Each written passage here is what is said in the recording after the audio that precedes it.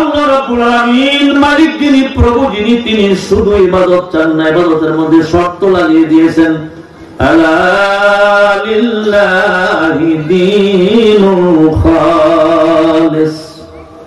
পরবর্তীতে বলেন আমা উমিরু ইল্লা লিয়াবুদুল্লাহ মুখলিসিনা লাহুদ্দীন। আল্লাহ পাক শুধু ইবাদতের লালিত নন, লোভী নন। আল্লাহ পাক শুধুই শুকনা ইবাদত কামনা করেন না, যে বান্দায় আমারে শুধু শুকনা ইবাদত করবে, বিজয় ইবাদত করবে না, রস যুক্ত ইবাদত করবে না। না না, ইবাদত শুধু নামের ইবাদত হলে হবে না, ইবাদত হতে হবে ইবাদতে সালেহ। সুবহানাল্লাহ।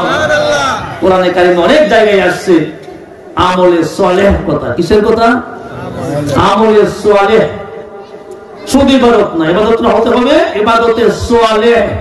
সালেহুল কথার অর্থ হচ্ছে কি? সঠিক। আবার এটার অর্থ হচ্ছে যোগ্যতা সম্পন্ন। সুবহানাল্লাহ। কি যোগ্যতা? পুরস্কার পাওয়ার যোগ্যতা, বিনিময় পাওয়ার যোগ্যতা। আরেক প্রকারের ইবাদত আছে, সেটা পুরস্কার বা বিনিময় দেওয়ার যোগ্যতা রাখে না, ওটা ইবাদত। যেমন কথার কথা উদাহরণ দিয়ে বোঝানো যায়। আপনি এলাকায় এখন বর্তমানে বেশি বেশি হচ্ছে, বিভিন্ন জায়গায় দেখা যায় খেলাধুলার প্রতিযোগিতা দেওয়া হয়, তাই না? খেলাধুলার কি প্রতিযোগিতা দেওয়া হয়, বিভিন্ন প্রকারের খেলা থাকে। এই খেলার মধ্যে নানান ছেলেরা মেয়েরাও অংশগ্রহণ করে, প্রতিযোগী হিসাবে অনেকে অংশগ্রহণ করে। দেখা গেল ওই প্রতিযোগিতায় ফার্স্ট হয়, সেকেন্ড হয়, থার্ড হয়, এই 3 শ্রেণীর মানুষকে পুরস্কার দেয়, ঠিক না? ঠিক।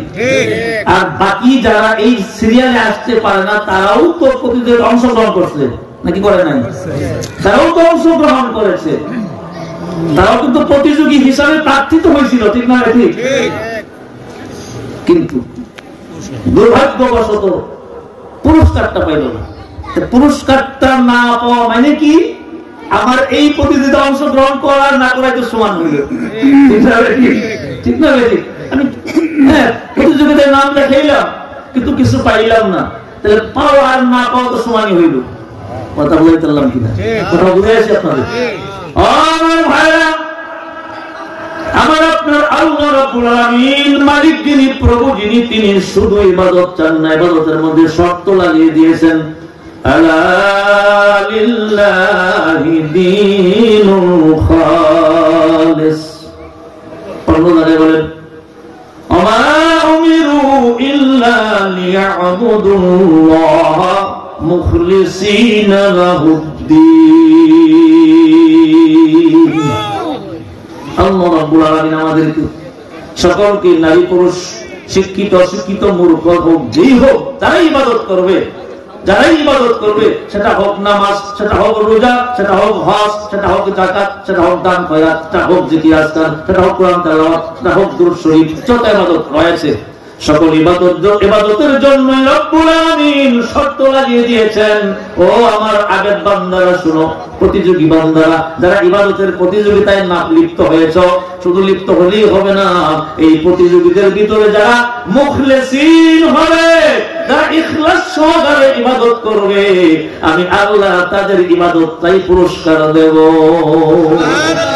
তাদেরকে, তাদের ইবাদতটাই হবে পুরস্কারের যোগ্য ইবাদত, তাদের ইবাদতই হবে আমি আল্লাহকে পাওয়ার জন্য যোগ্য ইবাদত। লা ইলাহা, একটু মহাপদের সাথে জুড়ে ধরে। কিন্তু কোরআন তেলাওয়াত এখানে যদি বলা হয় কোরআন তেলাওয়াত করতে, এখানে অল্প কয়েকজন টিকবে কোরআন তেলাওয়াতে, আর বাকিরা কোরআন তেলাওয়াত আমরা কি টিকবো না। কেন পারবো না? কোরআন তেলাওয়াত করতে গেলে সহি শুদ্ধ বিষয় আছে, আছে না নাই? ওয়ারাত্তিলিল কুরআনা তারতিলা। কোরআন তেলাওয়াত নফল, কিন্তু সহি শুদ্ধ হওয়াটা ফরজ, ঠিক না? ঠিক। সুতরাং অনেকেই টিকবো না। আর লা ইলাহা ইল্লাল্লাহ, আলেম হোক, হাফেজ হোক, কারি হোক, মাওলানা হোক, মুফতি হোক, রিকশাওয়ালা হোক, মূর্খ হোক, ছোট হোক, বড় হোক, সকল মানুষের জন্য এটা খুবই সহজ। সবাই বলতে পারে নাকি? পারি না? এটা ভুল হয় না সহজেই।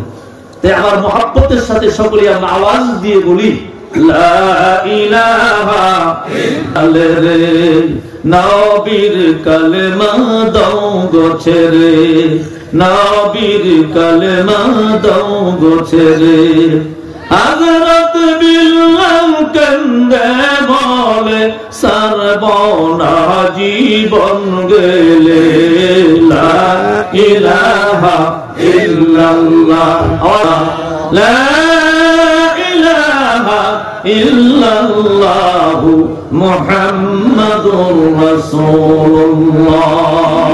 সকলে বলি সাল্লাল্লাহু আলাইহি। অনেকের মনে প্রশ্ন হইতে পারে হুজুর ওয়াজ দিয়ে খালি জিকির করায় জনগণ হইতে পারে না? অনেকের মনে প্রশ্ন হইতে পারে হুজুর ওয়াজ দিয়ে খালি জিকির করায় জনগণ কেন? কিন্তু জিকির ঘন ঘন করার তো কারণ আছে। কি কারণটা কি জানি? কারণটা হলো এই আমরা যে মানুষগুলো সাধারণত এই সকল ওয়াজ মাহফিলে আসতে চাই না, নামাজ পড়তে চাই না, বিভিন্ন নেক আমলগুলো করতে চাই না, শুধু খেতি খামার চাষাবাদ পয়সা উপার্জন রোজগার আনন্দ ফুর্তি এগুলোর মধ্যে আমাদের মনটা বেশি থাকে, তাই কিনা? এই যে বেশি ওদিকে মন থাকার কারণটা একটাই, সেটা হলো আমাদের এই মনের ভিতরে কালেমার দরদ নাই, মহব্বত নাই।